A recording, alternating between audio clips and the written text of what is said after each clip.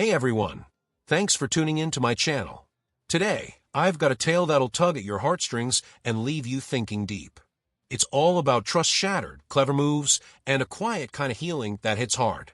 If you haven't already, smash that subscribe button and turn on notifications. You won't want to miss these real-life gems. Okay, let's jump right in.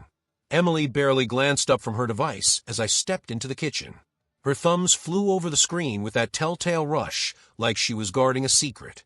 Busy with the job? I asked, keeping my voice even while filling my mug with coffee. Yeah, clients never stop, she said, slipping the phone into her pocket at last. You get it, Alex. After 8 years together, I'd learned plenty, like how Emily never handled work calls after 10 p.m. The time read 10:52. That night, I held back on probing. Instead, I fell back on my old designer instincts, watching closely. Structures always reveal weak spots before everything crumbles. Over the following weeks, I pieced things together like sketches for a project. Emily's late nights at the firm piled up. Her giggles on calls sounded brighter, more full of life. And her scent shifted to something new, one I'd never gifted her. My kid brother James showed up at my studio one Wednesday afternoon. No hello, just an envelope slapped on my desk as he took the seat opposite. Look inside, he murmured. There were snapshots. Emily with a guy in his late 30s at a cozy cafe uptown, today's paper clear in the background. His fingers brushed her arm. She was beaming, truly happy. Robert Thompson, James explained. Senior exec at Apex Advisors, single dad, one child, leases a place on Elm Avenue. I examined the pics methodically. Not chasing hurt, just facts. How long? 2 months, perhaps 3. They weren't being subtle. I tucked the photos away, a chill settling in my core. James, I need your help with something. That Friday, Emily mentioned a team getaway at a lakeside resort back by Monday. Should I tag along? I suggested, anticipating her no. It's all business, you'd be bored stiff. The weekend flew by in quiet planning. I laid out papers I'd gathered over time, account records with odd charges, receipts from spots we'd never visited as a pair, buys from shops whose outfits she never showed off at home. Monday dawn, I headed to the resort. The front desk confirmed no group events that weekend. Back home, I sat patiently, pulse steady like a metronome. Emily arrived around 6 p.m., glowing and at ease. She chatted about workshops and group activities, missing how silent I stayed. Alex, everything okay? You're so quiet. Just worn out from a fresh design. What design? Overhaul, I said, nodding to the spread on the table. Big changes.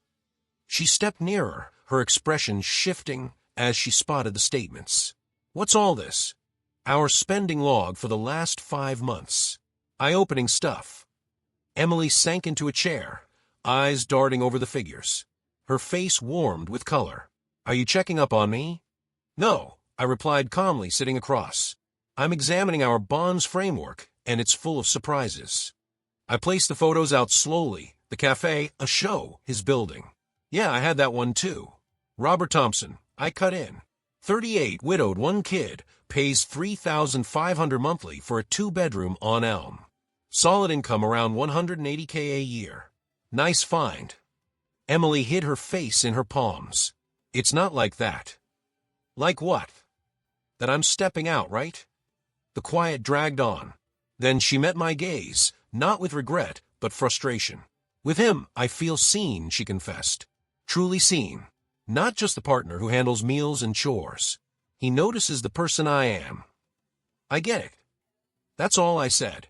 I rose and stared out the window, my shadow looking unfamiliar. What reaction did you expect?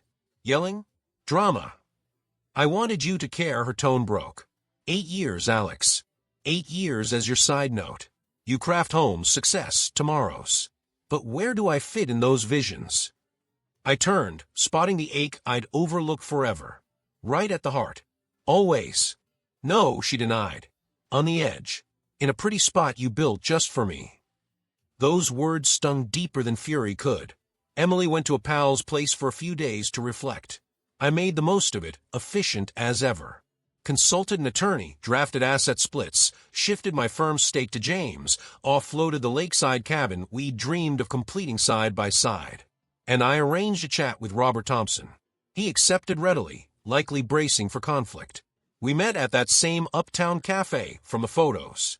You asked to meet, he said, easing into the chair. I've got an offer.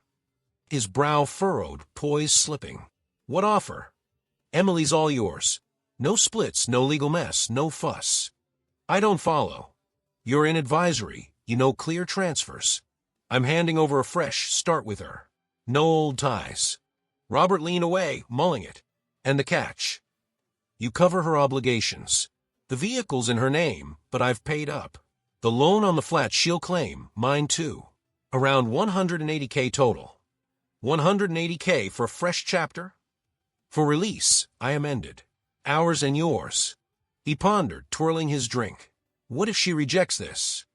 Then it's a drawn-out tangle. Probes, reviews, battles over bits. Emily wouldn't cope. You might, but your role? Affairs don't boost an exec's standing. He nodded. Advisors grasp life's equations. Fine, he agreed. But you present it with others present. Sharp guy. I nearly admired that.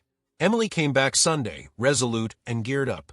She entered the den where I nursed my tea and sat facing me. I've chosen, she declared. I'm going to Robert. That's fine. She blinked, thrown. No pushback. Actually, I'll assist. I produced a file, hands firm. The flat's yours. Vehicle too. Debts moved to you. Fair, since you'll handle them. She pored over the docs, color draining. Alex, this is $180K owed. Not my concern now. But payment, how? Your career and Robert. You'll figure it. Realization hit, worry in her eyes. This is your way of getting even. It's setting you loose. I stood, burden lifting. 8 years in a cozy setup.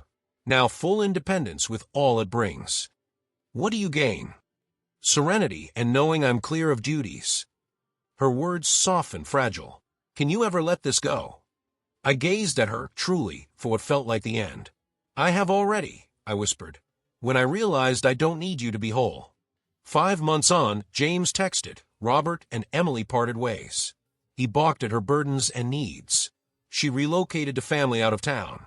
No glee, no sorrow for me. I shut the note and sketched more for a new home. My space, every corner tailored solo. That night, toasting with tea in my fresh spot over the skyline, it clicked. Healing isn't ruining another's joy. It's crafting yours, eyes forward from those who picked other paths. At times, the strongest move is stepping away from the fray, fortifying your own haven where hurt can't reach again.